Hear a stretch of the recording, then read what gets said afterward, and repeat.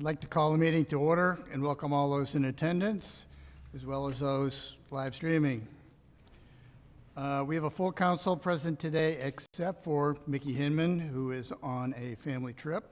Also present is Cliff Gravier, our town manager, Terry Tiemann, our assistant town manager, Raylene Menominee, town clerk, and Will Wharton, our IT director. Let us please stand for the Pledge of Allegiance.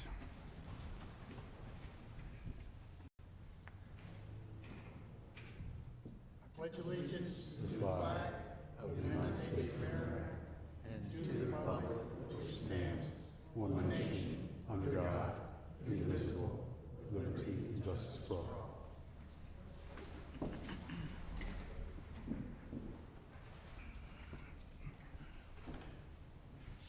Okay, first, approval of the agenda. Do we have a motion? So moved. Second. All those in favor? Aye. Motion carries. Approval of the minutes of our regular meeting held June the 20th, 2025. Do I have a motion? Second. Thank you. Any discussion? Those in favor? Aye. Motion carries. Approval of the financial report. Mrs. Keel. Thank you, Mayor. The financial report, which I need to pull up, is through, give me a minute. Here, Okay, thank you. Is through June 30th, 2025. We are 25% through the fiscal year. Our revenue is 41, we have collected 41.5% of our revenue, and we have expended 24.4% of our budget, which is in line with what we collected and spent last year. I move that we approve this unaudited report. Second. Any discussion? Those in favor? Aye. Thank you. Announcements and recognition of visitors and public comment. I've got a few announcements I'd like to make. First of all, anyone wishing to file as a candidate for the election for town council must file a written notice of intention and application for candidacy to the town manager's office in Town Hall no later than 4:30 on Wednesday, July 23rd, 2025. That's this coming Wednesday, and that is 45 days prior to our election, the Saturday following Labor Day weekend, 10 a.m. to 4 p.m. that day.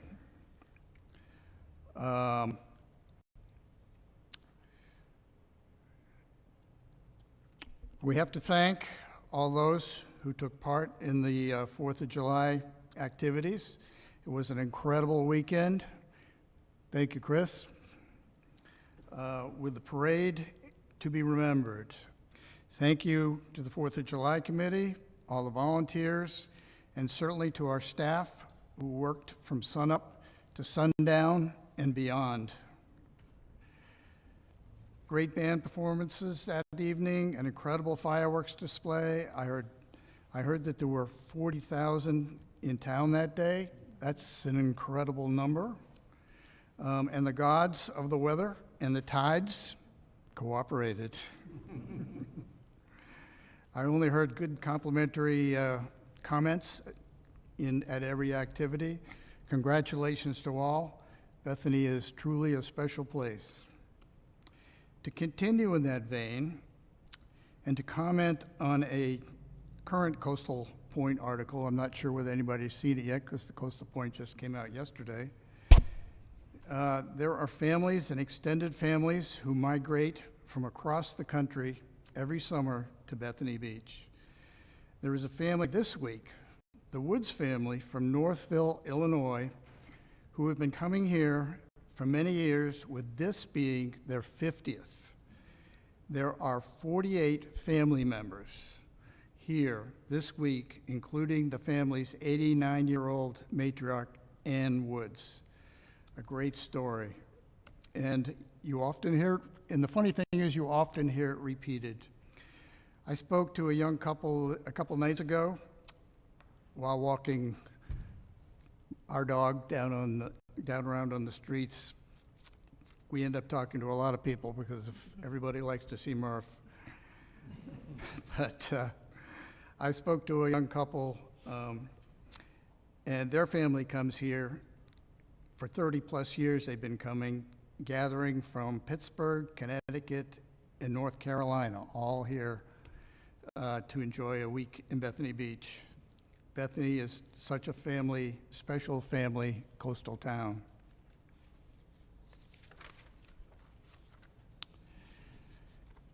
To share another interesting fact about Bethany Beach that Cliff told me about this past week.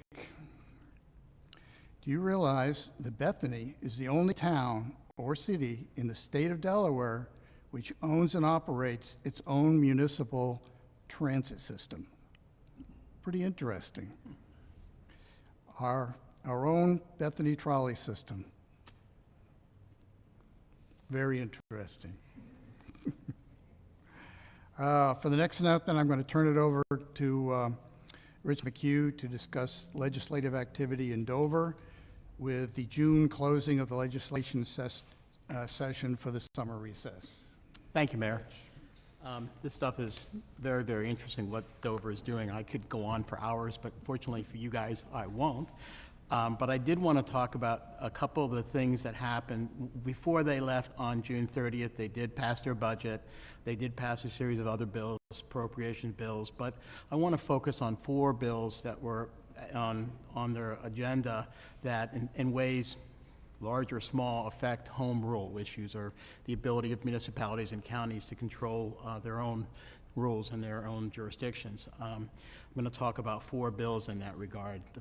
The first bill, and this bill was passed, was a bill relating to the sale of marijuana, the recreational marijuana rules in Delaware. I think will be legal effect, I think it's August 1, so it's coming up.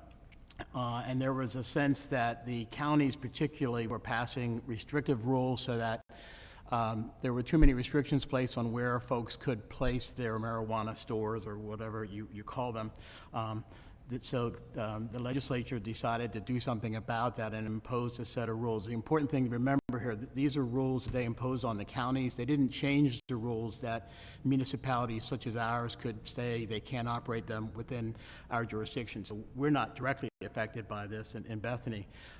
But the county's rules on restrictions and where they can put them have been lessened so that it will be easier to place those kinds of stores, other places in Sussex County and other places within the other 2 counties. So that bill was passed at the very end of the session. The second bill deals with an issue that we've all heard about and has been controversial, and that's the wind farm project. As you probably have heard, Sussex County rejected a permit to allow U.S. Wind to bring their energy. If you have the energy developed out, you have to somehow bring it on shore, and they rejected a permit to bring it on shore in Sussex County, and the state made an effort to try to overcome that, basically reject the rejection. That bill was passed, but the last minute, as a moment of compromise, they delayed the effective date. So the effective date of the rejection will be January 31 of next year. I think the reason they did that is there's some hope that the litigation that's pending would be worked out by then. It's anybody's bet what happens to that litigation now that the state has come down fairly hard on Sussex County. But in any case, come January 31 of next year, that permit rejection will be rejected, and I guess they can start moving towards bringing that power station up there. The third one that I want to talk about is accessible parking. We've talked about this one here before. The accessible parking rules are such that parking rules have to be compliant with the ADA, which is the Americans with Disabilities Act. And the state had decided that people were ignoring those provisions or not paying enough attention to them.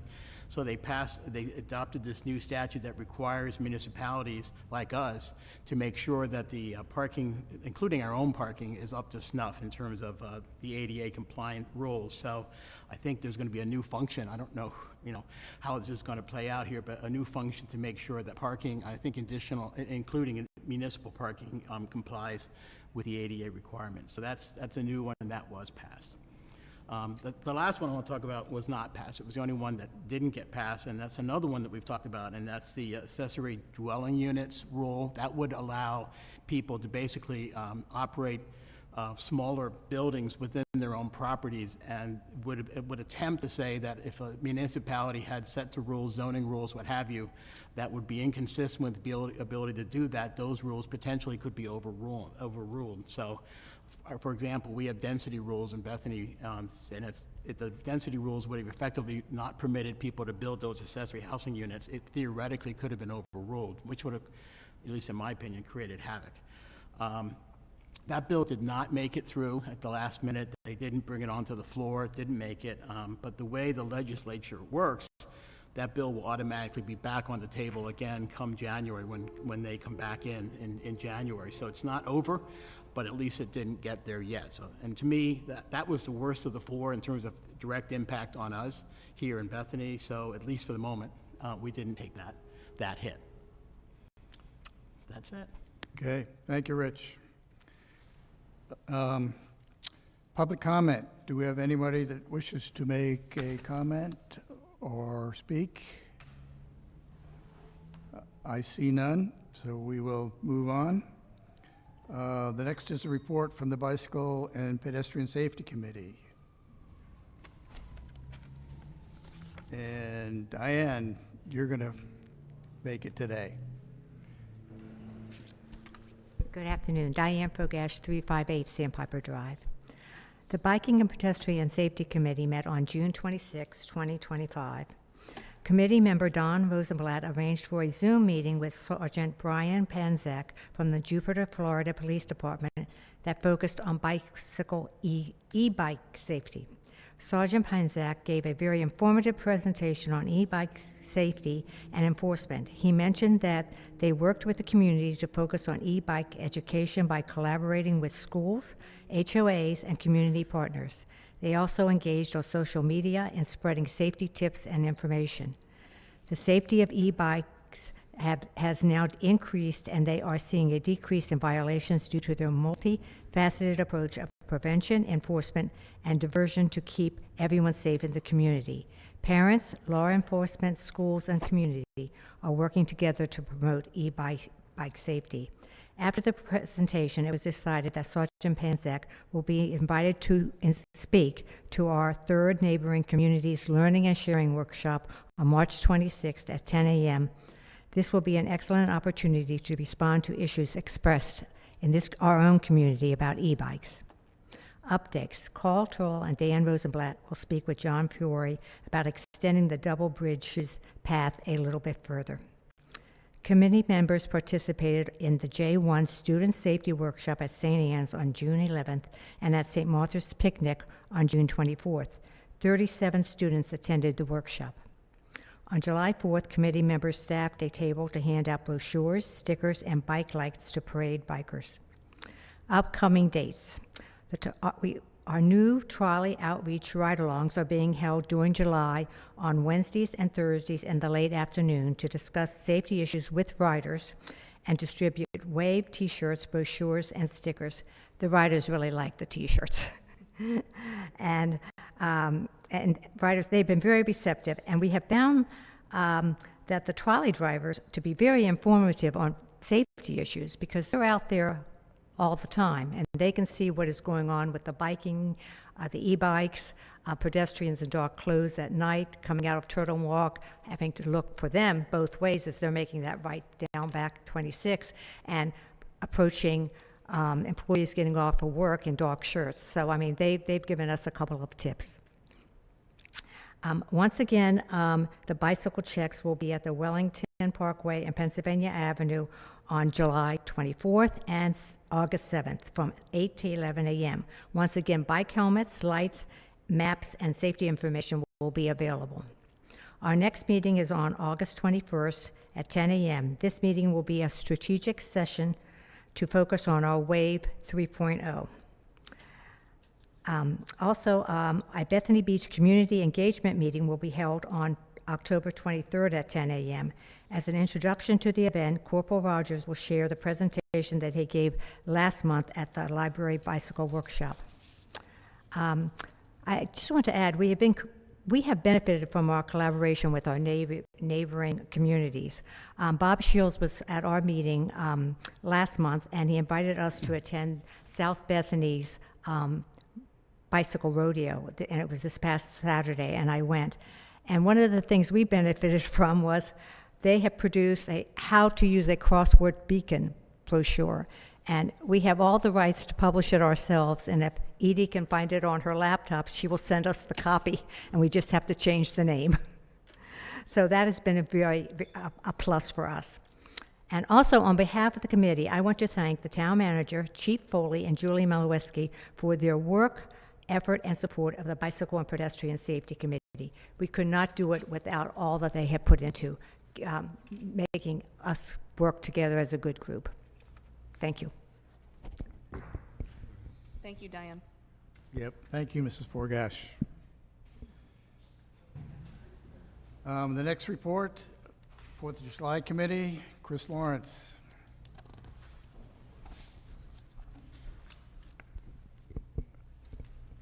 Good afternoon.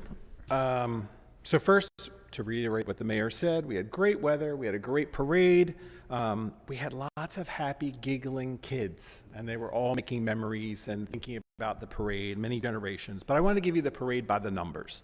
So 16 parade committee volunteers, 2 dedicated Bethany Beach staff members, 6 committee meetings over 8 months to organize, execute this year's parade, 18 opportunities to sell 993 t-shirts, 48 registered floats and vehicles, 7 parade participant awards, more than 100 day of parade team members, including volunteers, marshals, police, emergency medical personnel, facilities, parking, code enforcement, and sound technicians. 15 radios, more than 100 pounds of donated ice, more than 200 bottles of water, and 40,000 happy spectators who enjoyed more than 90 minutes of a stellar parade. I will tell you, one thing, if you have never sat through the police briefing prior to the parade that happens, where the town leads this conversation about what's going on in the world and how to be prepared for it, I can tell you I've never sat through anything like that before, but I have never felt like I was in better hands in my entire life. And I mean, I'd worked in DC for my whole career. These people had us, and they should be complimented on all the hard work that they did. So thank you. Thank you, Chris. Next report, the Audit Committee, Mr. Myers.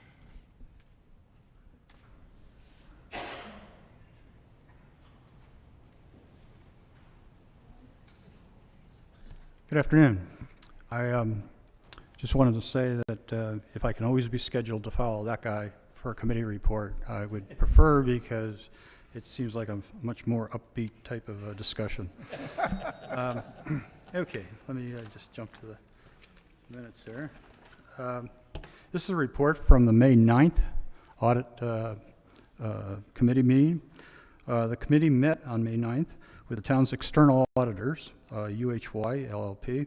The purpose of this meeting was to discuss the progress of the audit of the fiscal year 2025, which ended in March.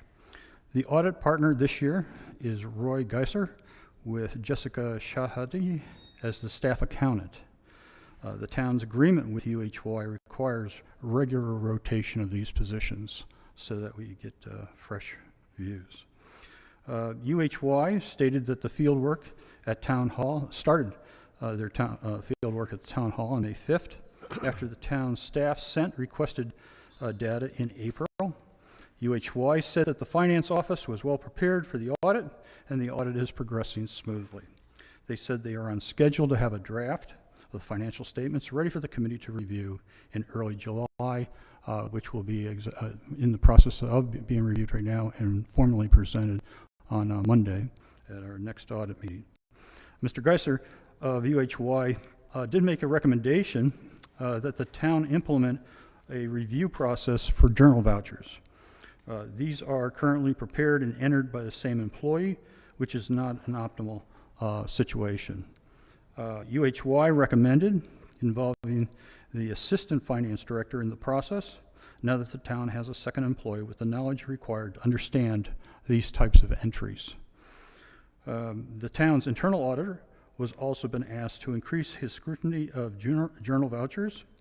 Achieving proper separation of duties with limited staff is a challenge for any small organization, government included.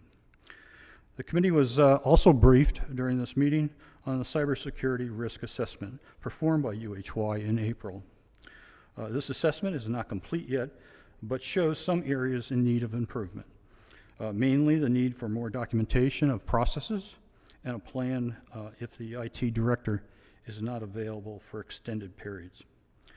The committee is next scheduled to meet on this Monday, July 21st at 10 a.m.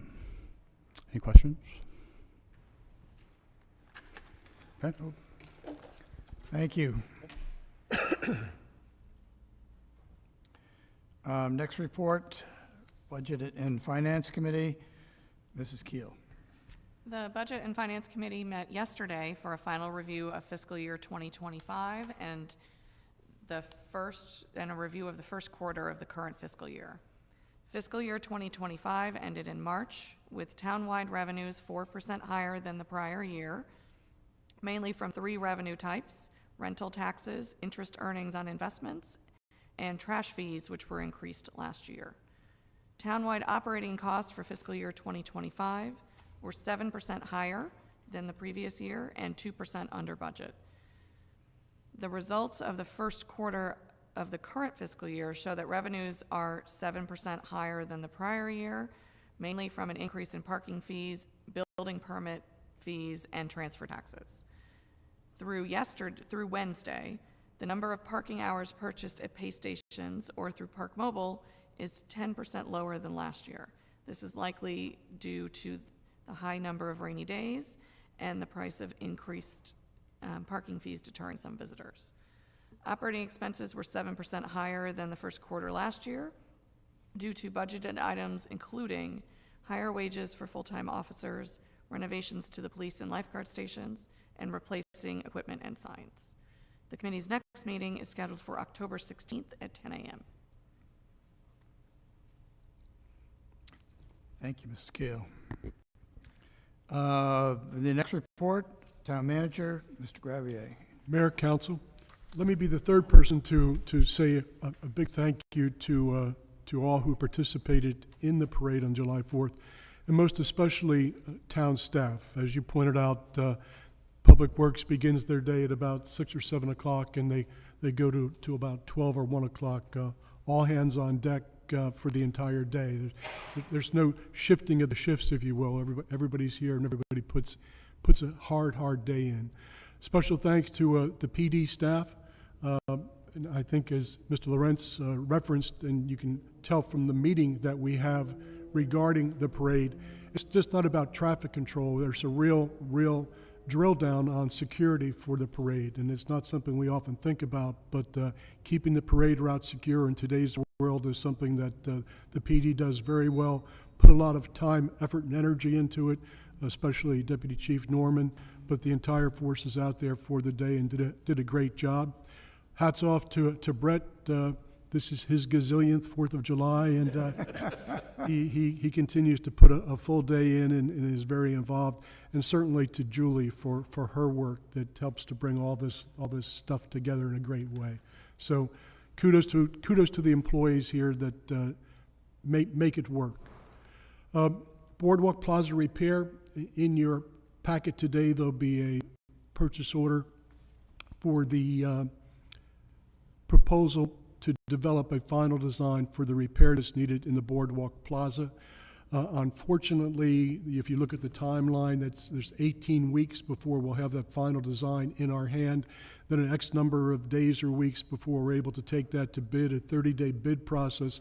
So we're hoping that we're somewhere in the January, February timeframe, no later than March, we hope, when we can get that repair underway.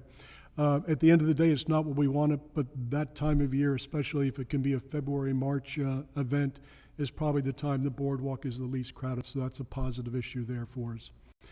Clarifier, we've just finished a referendum to fund our new clarifier. The clarifier is the piece of equipment in the water plant that takes the iron out of our water, deposits it, and allows us to move it away. We had been looking at one design that would have taken the existing type clarifier we have and build 2 smaller clarifiers, but smaller when we go to look at what that involves. The footprint for the building that would enclose those clarifiers would be 117 feet long and 75 feet wide, would encroach back past the current fence line and result in a good number of trees being taken down. Because of discussions we've had with the water department, they've gone back out and looked at another recommendation that came from the engineers initially regarding a clarifier that uses a different technology. They've taken a fairly hard look at it. They'll be looking at it more closely, but the result of going with a different type of technology, the plate clarifiers, would be a smaller footprint, a building that would be 63 by 65, a system that takes more iron out of the water, that uses less chemicals to process, and is much easier to clean. The system is a bit more complicated, but some of the positives, I think at the end of the day, may outweigh the negatives, and we'll do a presentation to the council here in the next month or two at a workshop where we review the differences between the 2 technologies, and the water department can explain what its current preference is. The Loop Canal retaining wall is ready to go to bid. Those bids should be advertised in the next week or so. There'll be a month period there with the bid process, and we hope for construction to begin late fall. One of the strictures in the contract will be a stricture that construction cannot go past March 1st, which is the beginning of the heron breeding season, and we're hopeful we get this done here before the next year, because it's now dragged into the second year for us. I melded a couple of drafts, and the numbers I have in the paragraph before you are wrong. The total estimated cost for the work for the timber retaining wall is $738,000. $500,000 of that comes from federal dollars that Terry was able to procure with her work with our congressional delegation. $100,000 from the state, and $138,000 of that will come from town coffers and is in this year's budget. The Loop Canal Dam, we've talked about that for many years. You're aware that in the last administration, the last governor's administration, and with his cabinet secretary, there did not seem to be much support for our initiative with our dam. That there has been a shift, a 180-degree shift within that department, where there seems to be a great deal of support. I've included an email from one of the people in DNREC that are working with us, and she's advocating with U.S. Parks for our property and affirms the fact that they are going to work with the Corps to try to help us. The new trolley is outside. At the end of this meeting, Terry Tiemann will be giving tours of the trolley. If anyone's interested, right, Charlie? Right, Terry? Okay. And so just came in about an hour or so ago. Made it down Route 26 and got here today. So we're happy for that. Since July 1st, the town has had in the last 17 days, 18 days, 8 to 9 days of rain, a total accumulation of 7.5 inches. And we have seen what that does to us, and we know that certainly with the inundating rains, we have a good deal of flooding. When Bethany floods, the poster child for flooding in Bethany Beach is Pennsylvania Avenue. And Pennsylvania Avenue, from Central to the entrance to Route 1 at the north end, is essentially a valley, a sump. If you drive north on Route 1 and you look to your right as you go down the highway going north, you'll see the valley, and you'll see it rises as it goes towards Atlantic Avenue. So it catches rain. Not only does it catch rain from this immediate area, it catches rain from North Bethany. There's an actual flow of rain that comes to the low spot that DelDOT is aware of, and everyone seems to be on board with, and not much we can do to block it. That also helps to contribute to that flooding. When that flooding occurs, the first thing that happens is the water runs to the loop. And as the loop rises, it dams when it hits the bridge at Route 1. So that contributes to that whole area holding water. So the water is at a certain level on the other side of the loop, so it's not moving quickly. It's dammed. It's not an open venue, if you will, large open swale where it can top and keep going. It's prohibited because of the bridge also, which has a damming effect. The street floods, and as a result of the flooding over the years, we put barricades out, especially if we know we're in a cycle like the cycle we're in right now, to barricade the roads from people driving through those roads. We don't do it as an issue for safety, if you will. It's not like a swift-flowing stream, if you will, where there's an actual danger of you getting out of your vehicle and being swept away. We do it to keep cars from breaking down and having to be removed during a storm event or after a storm event, which creates problems for us. And we also do it because of the wake that's generated. Most people have adapted to that wake. Some people continue to have mulch beds full of mulch immediately adjacent to that, and the wake pushes the mulch up onto the property, and there's not much we can do about that. We don't have any obligation or responsibility to try to correct that because this is an active nature, and we're doing our due diligence to prevent it.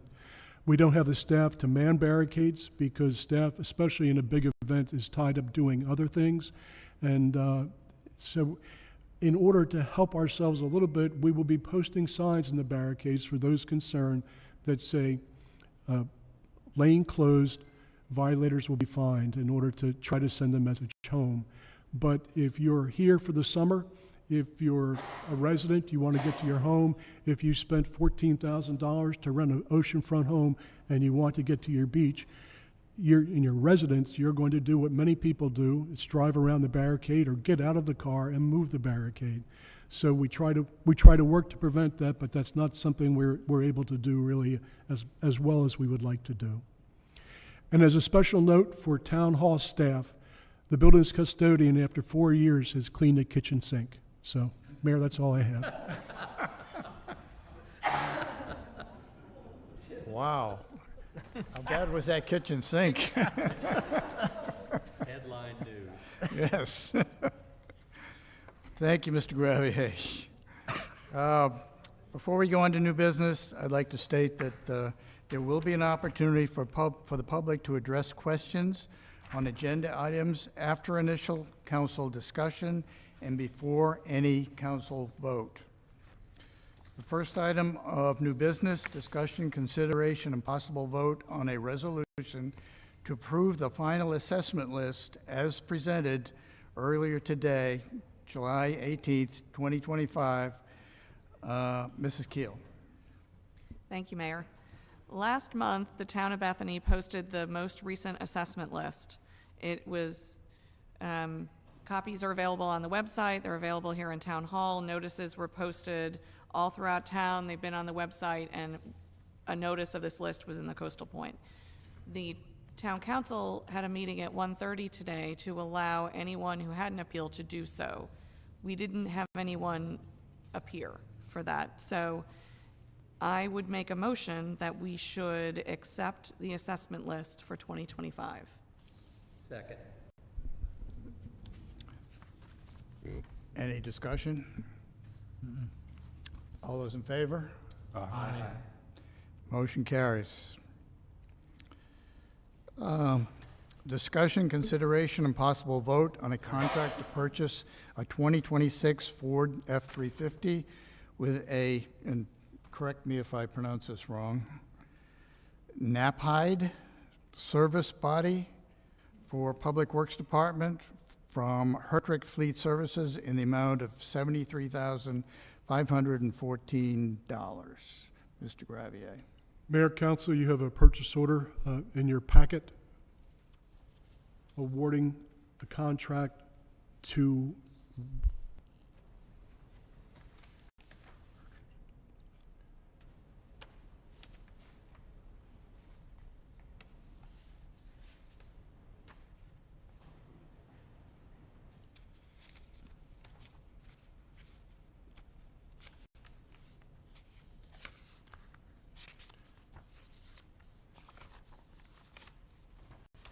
You looking for something? Yes, I am. Okay. Here's the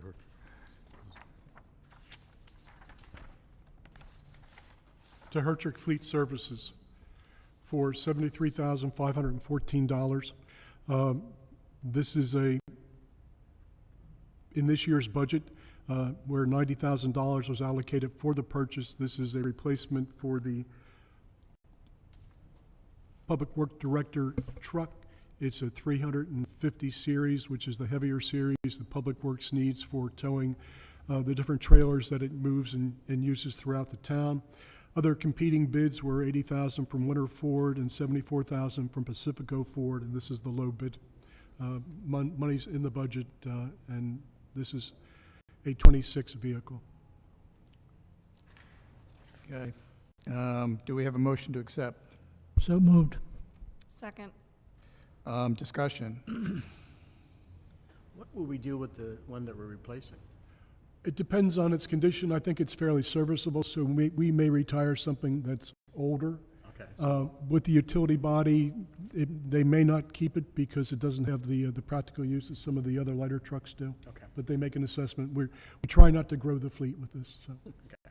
Cliff, is this a part of the state purchase process? Or is The this- state has changed its purchase process. They used to actually go to the time, energy, and effort to gather bids, multiple bids, and present you with the lowest so you could go there. Now they just tell you who's participating in their fleet services purchases, and you have to do that You have work to do the yourself. work for 'em. Yes. One more thing they don't do. Okay. Any discussion from the audience? All those in favor? Aye. Thank you. Motion carries. Next item, discussion, consideration, and possible vote on a proposal from Rommel, Klepper and Call LLP to provide design engineering services for the repair of the plaza at the boardwalk. Mr. Gravier. Mayor, Council, this is a proposal from RK&K to develop a final design and a prelim bid package for the construction of the repair needed in the Boardwalk Plaza. The town currently has $678,000 allocated for that repair, and this proposal is for $60,000. As I mentioned earlier, there's an 18-week timeline with this, meaning that if we execute this today, the design will be ready in middle of November. And again, we hope to move quickly once that is in hand. Okay, do I have a motion? So moved. Second. Discussion, council. Cliff, did I understand you? This is 60,000 for the design, is that correct? Yes. Okay. But this is a not to exceed, isn't that correct? Yes, this is the contract for the work. Cost plus, not to exceed. Not to exceed, okay. Okay. Any other questions? How long, you said it'll start between January and March, if maybe, how long will it take to finish? I mean, will it be done before the season? I don't have a good estimate for Okay. how long, but the area affected, the work they have to do does not cover a large area So it of won't the be- bandstand plaza. Okay. Okay, any discussion from the audience? Those in favor? Aye. This concludes our meeting today. Do we have a motion to adjourn? So moved. Second. Those in favor? Aye. Aye. Thank you very much, everybody, for an attendance Mayor, and listening online. Mayor, excuse me. Sure. I might have zoned out for a moment, but was there a motion and second on this last? Yes. Okay, okay. I did zone out, thank you. Okay. You were deep in thought. Yeah. Okay, thank you for all those online. Stay safe, enjoy the summer. Thank you very much.